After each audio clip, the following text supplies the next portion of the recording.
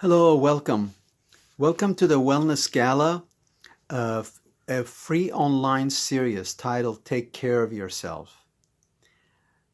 My name is Dr. Robert Kandarjian, and I practice integrative medicine and hands on healing. Today, we're going to go over chapters 7, 8, and 9 of my book, Sacred Intentions. And we'll start with chapter 7. I declare an intention to unconditionally forgive others and release blame. I want to repeat that. I declare an intention to unconditionally forgive others and release blame. Good. So, we'll do some readings from this chapter and kind of do a commentary on some of the material that I've written here. It says, not forgiving others prevents me from seeing the lessons, the wisdom, and the growth offered by that experience. Living with non-forgiveness draws more negative people and negative energies into my life. So, what we're saying here is that not forgiving others is like a frozen time. It freezes us in the past and we can't go forward into the future. And it also freezes our awareness to seeing what the bigger picture is, what the lesson is around the story that we experienced where we can't forgive the other. Now, of course, I'm not in any way suggesting that you forgive tomorrow or next week, but what the chapter is suggesting is set the intention to forgive. And once we set the intention, because we have come to realize that this non-forgiveness experience is really robbing us of our own vital energy and our essence. So once we set that intention, we start becoming more and more free, and perhaps forgiveness can happen down the line. It could take 2 weeks, 2 months, 2 years, or more. So it's not about forgiving at the moment, but rather setting the intention to forgive. And once we set the intention, Spirit comes in and brings us experiences that open up those doors for forgiveness of the other.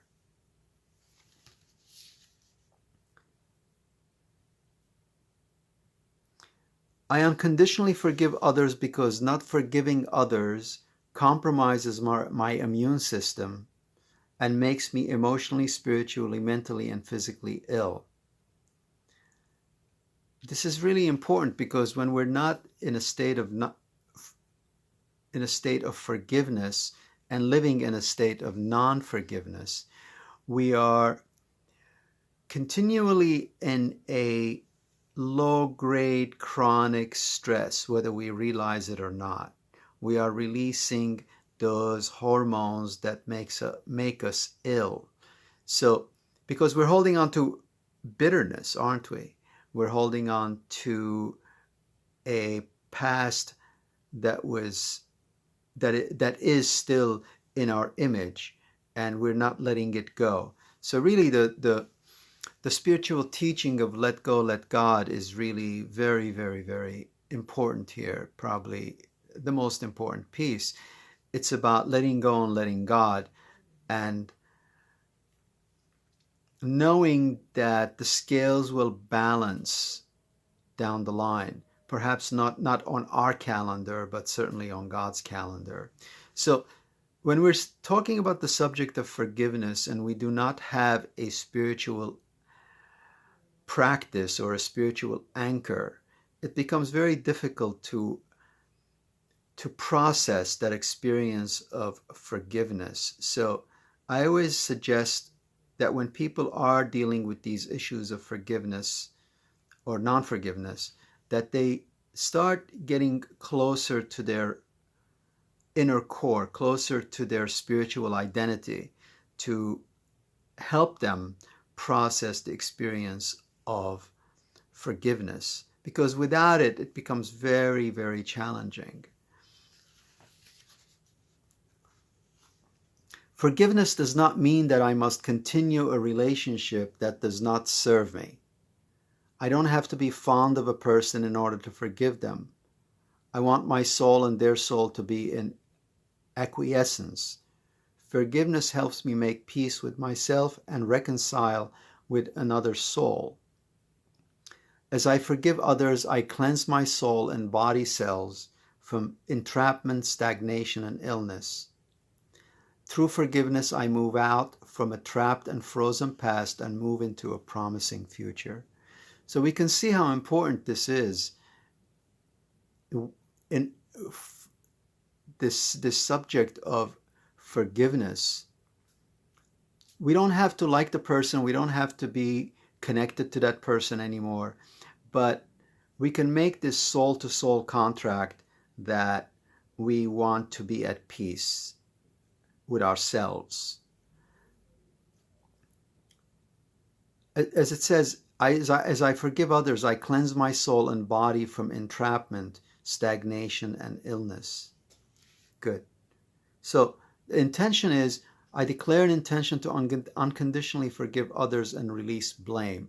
So again, it's important for us to look at the lessons that that experience brings and recognize that through the experience of forgiveness, we are actually giving peace to ourselves. Good. Okay, so that was chapter 7 in intention number 7. We'll move on to intention number 8. Intention number 8 says, I declare an intention to dissolve all self-doubt. I declare an intention to dissolve all self-doubt. Again, this is from my book, Sacred Intentions. Good.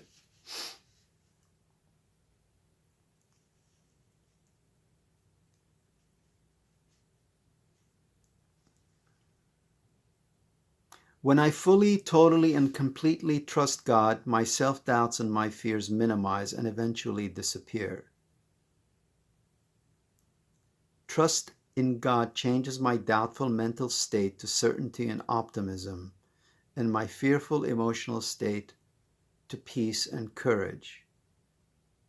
So, we can see again how important it is for us to be anchored in our spiritual identity in order to dissolve this experience of self-doubt.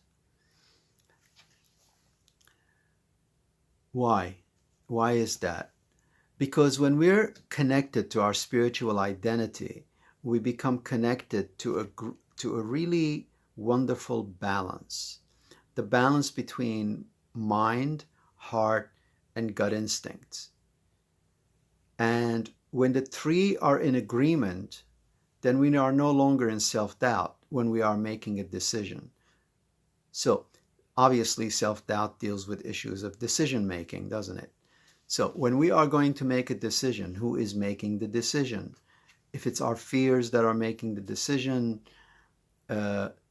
unfounded fears, I should say, then obviously we are going to be making decisions that create doubt. So how do we dissolve doubt? I believe we dissolve doubt by really getting quiet, going into prayer and stillness and meditation, and really listening, and that inner listening that we must do in order to eventually come to an answer.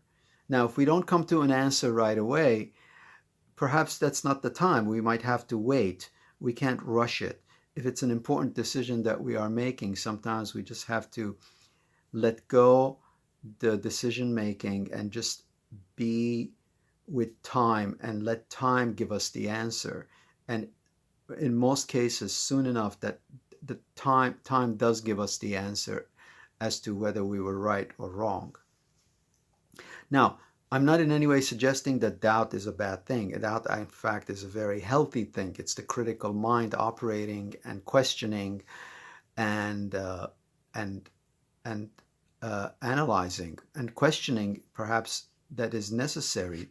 So there is the positive aspect of doubt, but the negative aspect of doubt is when we, as individuals, continually doubt our own instincts. So I really believe that self-doubt is very connected to this distrust that we may have or that we do have towards our self instinct and towards our gut feelings or intuition, uh, the inner voice, whatever you feel comfortable with. So self doubt is here relating to the subject of intuition or the experience of intuition and asking us, why am I doubting my gut instincts here? Right? So, of course, we all know that gut instincts are rarely wrong when they are anchored and grounded into reality. So, it takes exercise. I believe that's the message here. It takes exercise to stay connected to our intuition and gut instincts. And that exercise is that experience of stillness and meditation and prayer and reflection. And as we do those things, we will become more and more connected to that intuitive voice that makes the right decisions. To maintain and support my faith in myself during times of self-doubt, I recognize, appreciate, and acknowledge my past triumphs, achievements, and accomplishments. Good. So, what we're saying here is that we all need to be in this process of exercising and strengthening those muscles of faith in ourselves. So how do we do that? Again, we come back to that stillness and to that quiet space to connect to that inner voice. Now, sometimes it's not easy to do it on our own, so we can go and reach out to someone who can help us with it. We certainly don't have to do it on our own.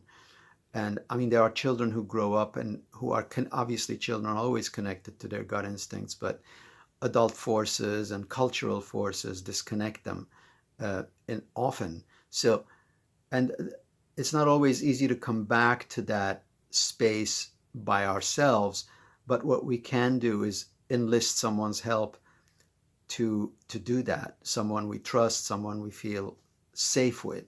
So again, just to kind of summarize, self-doubt is really about doubting our gut instincts. And the best way to not do that is to be connected to our gut instincts in a deep way through the exercise of stillness and spiritual practice and enlisting someone's help. Thank you for listening. So let's move on to intention number 9. I declare an intention to grow through joy rather than struggle and pain. I declare an intention to grow through joy rather than struggle and pain. Good. Again, from this book of Sacred Intentions. So, there are two ways we can grow. We can grow through self-correction, self-reflection, and by asking someone who is wise and compassionate for help, we can grow through those experiences that can be very positive and joyful, right? So I call those the experiences of self-awareness. Or if we do not engage in those experiences of self-awareness, then we might have to grow through difficulty, through struggle, through some crises in our lives. So obviously none of us want that. We don't want that to grow through crisis. To use an example, let's say somebody is a smoker and he or she is told that, it's best if you stop smoking because you are going to hurt yourself. And that person can choose the path of not smoking, getting some help, really reflecting on what smoking means for them, and working on reducing smoking and eventually stopping it. Or they can continue smoking and pay an unfortunate price with their health. So it's a growth process, isn't it? So we can grow through the process of joy, or we can grow through the process of pain. Obviously, when the smoking affects the body and the person has to stop smoking, then they have grown into that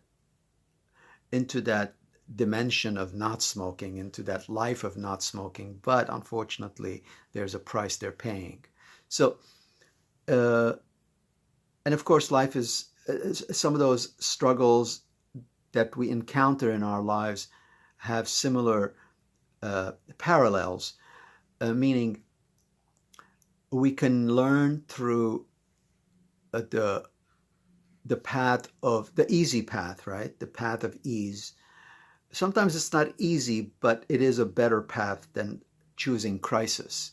So let's go to some of the statements here. I choose to learn from a gentle teacher. I choose to learn from joy. The time I allocate for introspection and meditation assures me an increased awareness of my patterns and errors. I carefully examine and explore my past hurts and struggles to better understand patterns that no longer serve me. So, what are we saying here? Pain can be a lesson. Pain is usually a lesson.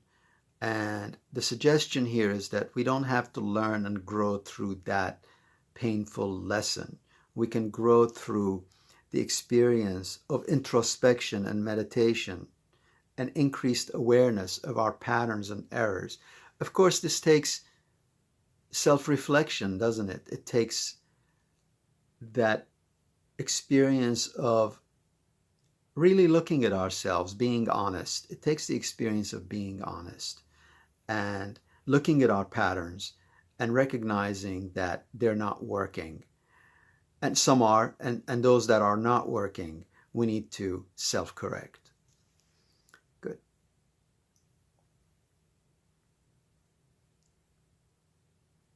Now, when we do make mistakes, coming back to the subject of forgiveness, when we do make mistakes, which we do as humans, learning our lessons through struggle and pain, I think it's really important to forgive ourselves.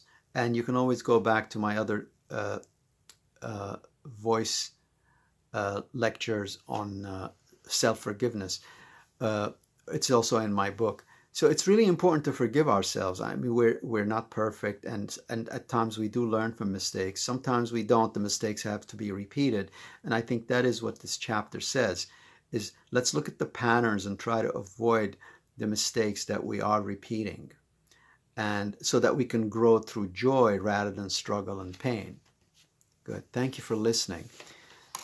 Thank you for listening, and thank you for watching me on the Wellness Gala free series, Take Care of Yourself. Visit thewellnessgala.com for more information, and thank you for listening. I appreciate it, and have a wonderful day. Take care. Goodbye.